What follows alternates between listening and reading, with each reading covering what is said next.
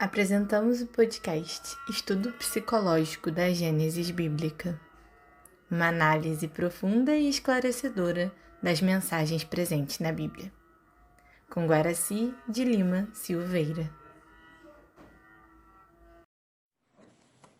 Prezados amigos e amigas que estão estudando conosco a visão geral da Bíblia, eu sou Guaraci de Lima Silveira, de Juiz de Fora, Minas Gerais, e nós estamos entrando hoje, já no final do capítulo 19 do livro Gênesis, o primeiro livro da Bíblia. Então nós estamos falando sobre a destruição de Sodoma e Gomorra. Nós sabemos que os espíritos chegaram lá, avisaram a Ló para que ele saísse da cidade com as filhas, enfim, porque um grande processo iria acontecer ali, que hoje a ciência está dizendo que é um meteoro que caiu. São informações novas, muito novas essas. Nós captamos isso há poucos dias, que na verdade foi um grande meteoro, porque eles fizeram uma análise da destruição de Sodoma e Gomorra com o que foi escrito. E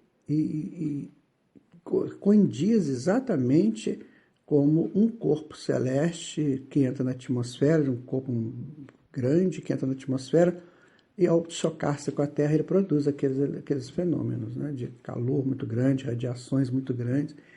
E, então provavelmente tenha sido esse meteoro. Então estamos agora no capítulo 19, versículo 17. Enquanto levavam Ló para fora da cidade, disseram os espíritos superiores: salva-te pela tua vida, não olhes para trás, de ti nem te detenhas em nenhum lugar da planície, foge para a montanha, para não pereceres. Então, isso vai dar uma radiação. Na hora que cair aqui, isso vai dar um efeito radiativo muito grande. Então, não fica olhando para trás, porque se você olhar para trás, você pode parar de caminhar e chegar até você. Então, caminha, vai para a montanha. Naquele caso lá da Indonésia, quando as ondas não tinham chegado na superfície do mar, os elefantes, os animais já estavam indo para a montanha. O caso é muito semelhante, né? Porque sabiam que intuitivamente, instintivamente, né, eles sabiam que ia ter um grande movimento ali na Terra. Então, eles fugiram para montanhas. Me lembro perfeitamente na época, quando as reportagens diziam isso, muitos animais se salvaram por causa disso, porque eles foram instintivamente para as montanhas. E aquilo Ló está sendo mandado para as montanhas também. Então Ló respondeu: não, meu senhor, eu te peço, teu servo encontrou graça a teus olhos e mostraste uma grande misericórdia a meu respeito, salvando a minha vida. Mas eu não posso me salvar na montanha sem que me atinja a desgraça e eu venha a morrer. Lá está aquela cidade bastante próxima para a qual posso fugir. Ela é pouca coisa. Permite que eu fuja para lá? Porventura ela não é pouca coisa? E nela vive rei? Ele respondeu: faço-te ainda essa graça. Não destruirei a cidade de que falas. Depressa refugia-te lá, porque nada posso fazer conquanto não tiver chegado até lá. É por isso que se deu a essa cidade o nome de Segor. Então ele pede para ir para outra cidade, uma cidade que não vai acontecer nada lá, né? Quando o sol se erguia sobre a terra, Ló entrou em Segor, e Yahvé fez chover sobre Sodoma e Gomorra enxofre e fogo vindos de Yahvé, e destruiu essas cidades e toda a planície, com todos os habitantes da cidade e a vegetação do solo. Ora, a mulher de Ló olhou para trás e converteu-se numa estátua de sal. É bem simbólico, né, esse negócio da estátua de sal. Mas vamos lá. Você vê que choveu enxofre e fogo. Então, segundo os estudiosos, os cientistas, quando um meteoro bate na Terra, dá esse cheiro de enxofre mesmo. E produz fogo. E queima tudo. Queima vegetação, queima tudo. E todas as pessoas que estiveram perto, todos morreram de Sodoma e Gomorra. Todos pereceram os que ficaram. salvaram só Ló e as 2 filhas, porque a mulher dele virou estátua. Ou seja, amigo, quando você está a caminho da sua salvação, não olhe para trás. Jesus falou isso: aquele que pegar da sua rua e olhar para trás não é digno de ser meu servo ou de ser meu discípulo. Olha que sério isso. Quantas pessoas chegam no centro espírita, acham que é tudo maravilhoso e vai, mas daqui a pouco ele olha para trás. Aí ele lembra dos tempos dele antes de fazer uma opção para uma vida mais espiritualizada. Ele olha para trás e vira salvo, ou seja, ele volta para aqueles problemas lá e fica chafurdado naqueles problemas. A gente vê isso muito acontecendo. Tem pessoas que chegam ao centro espírita só para tomar passe e água fluida. Só vai lá quando está sentindo alguma coisa. Aí alguma coisa não está indo bem, eu vou lá no centro tomar passe. Essas pessoas são sal, são estátuas de sal que não querem sair do lugar. Uma estátua não sai do lugar, fica parada no mesmo lugar. Então tem pessoas que vivem uma encarnação no mesmo lugar, não sai dali. E tendo a chance de sair, de ir para outro lugar. Aqui no caso é a cidade de Segor, que foi a citada aqui na Bíblia. Então, eu posso ir para um outro lugar que não vai acontecer nada, que as pessoas são melhores, que as coisas são melhores, porque lá não teve esse problema que teve em Sodoma e Gomorra. E eu fico parado. Não, depois eu vou, amanhã eu vou, um dia eu vou. Muito sério. Sabe por quê? Quando nós nos propusemos a fazer esses estudos da visão geral da Bíblia, nós pensávamos exatamente em passar essas informações. Para mostrar que toda essa catástrofe bíblica, toda essa escatologia que tem na Bíblia, ela tem um fundamento para os dias atuais. Essa Bíblia não está aqui por acaso. Esse livro não existe, tantos como milhares de exemplares vendidos, e é um livro mais lido no mundo, não é à toa. Vamos entender assim, isso não é à toa. Se isso preserva e preservou até os nossos dias, é porque tem muitas informações. Então, quando você pega os livros espíritas, isso aqui vai ser bem explicado. André Luiz vai contar como é que acontece no mundo espiritual, as ações, reações, o que ocorre com o espírito no seu processo de evolução. Aí vem Joana de Anjos contando a questão psicológica do indivíduo. Vem Manuel Filomeno de Miranda falando sobre os casos das obsessões.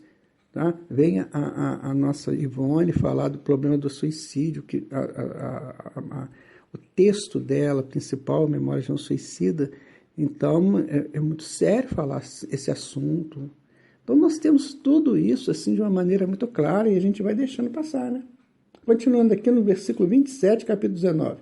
Levantando de madrugada, Abraão foi ao lugar onde estivera na presença de Yahvé, lá no Carvalho, né?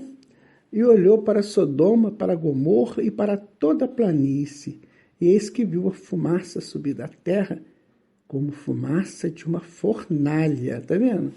Foi um meteoro, com certeza que foi um meteoro que caiu lá, que deu fumaça. Quando você lança uma bomba atômica, ela faz uma fumaça, igual um cogumelo. Então aquilo ali teve um efeito muito superior de uma bomba atômica. Então criou-se aquele cogumelo, aquela fumaça, e Abraão viu aquilo, que aquilo volumava para o céu, ou seja, crescia, subia aquela fumaça. Então assim fica muito claro isso, né? Assim, quando Deus destruiu as cidades da planície, ele se lembrou de Abraão e retirou Ló do meio da catástrofe, na destruição das cidades em que Ló habitava. Ou seja, Ló também era médium. E quando lá no princípio, quando Yahvé disse para Abraão, pega tuas pertences, pega a tua família, quem foi com ele? Foi Ló. Esse espírito que com certeza existiu também e ele foi um braço de Abraão. Ou seja, quando nós vamos evoluindo, nós temos sempre a ajuda de alguém, quer seja encarnado ou desencarnado. Os espíritos que nos ajudam, nós temos sempre alguém do nosso lado nos dando força. E assim como nós somos protegidos, esses espíritos também são protegidos, porque estão fazendo o bem. Então, fazer o bem significa estar protegido. Origem dos Moabitas e dos Amonitas. Ló subiu a Segor e se estabeleceu na montanha com as suas 2 filhas, porque não ousava continuar em Segor. Ele se instalou numa caverna, ele e suas 2 filhas. Então a mulher dele tinha morrido, ou tinha virado sal, né? Provavelmente tinha desencarnado, porque ela talvez tenha ficado um pouquinho mais para trás, não sei. O feminino, ele pensa muita coisa ao mesmo tempo, e o masculino é mais prático, sabe?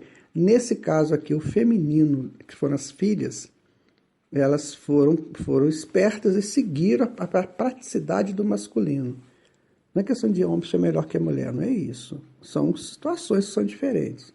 A mais velha disse à mais nova, dos filhos de Ló: nosso pai é idoso, e não há homens na terra que venha unir-se a nós segundo e conforme de todo mundo.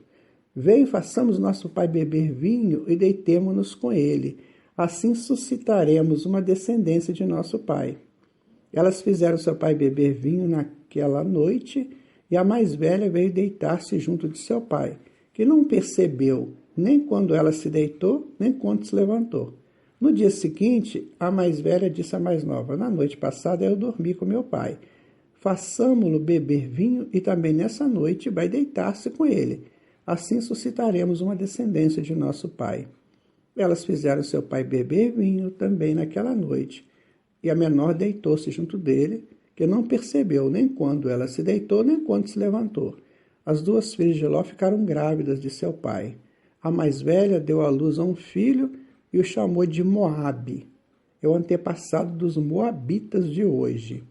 A mais nova também deu à luz a um filho e chamou de Ben-Ammi, é o antepassado dos Beneamon de hoje.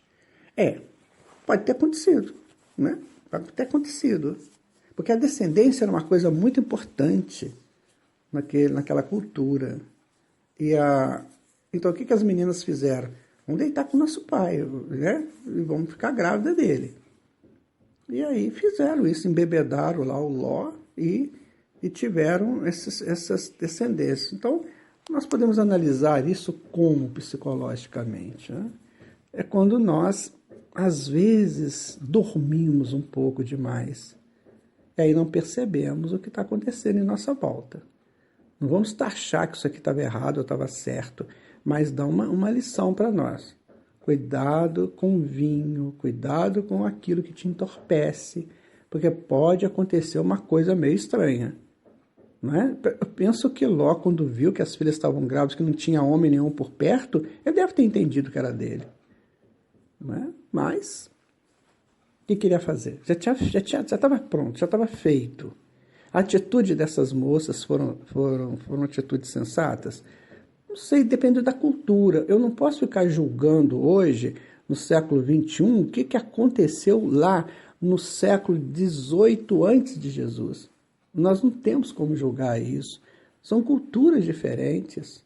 Nós sabemos que no passado muitas famílias casavam, né, até irmão com irmã, primo com prima, e até sobrinho com tia. Isso era muito comum, fazia parte da cultura deles, por alguma descendência que eles queriam criar.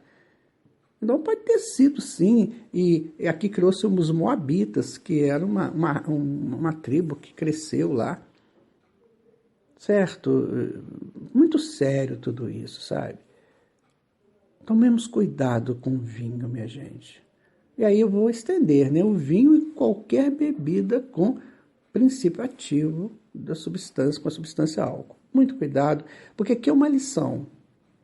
Tem pessoas ótimas, são pessoas maravilhosas, de um coração que você não imagina, mas que não dispensa a bebida. E quando ele bebe, ele pode criar um problema sério para ele. Ele fica sem, ele não passa a ser dono dele. Por quê? A consciência dele perde o eixo da verdade, da busca da verdade. Aí pode tudo acontecer. Então esse fato de Ló com as filhas é para a gente analisar como é que eu estou em relação à minha necessidade ainda de beber. Será que eu ainda preciso disso? Não é? Será que eu ainda preciso desse princípio ativo no meu organismo? Para que eu uso a bebida? para agradar os meus amigos, as minhas amigas? Mas será que é isso que Jesus quer de mim, que Deus quer de mim, que eu quero de mim no meu processo de evolução? É porque a bebida fixa o homem à terra. Eu quero sair da terra. Tem gente que fala assim, mas eu vou entrar em alfa, não vai nada.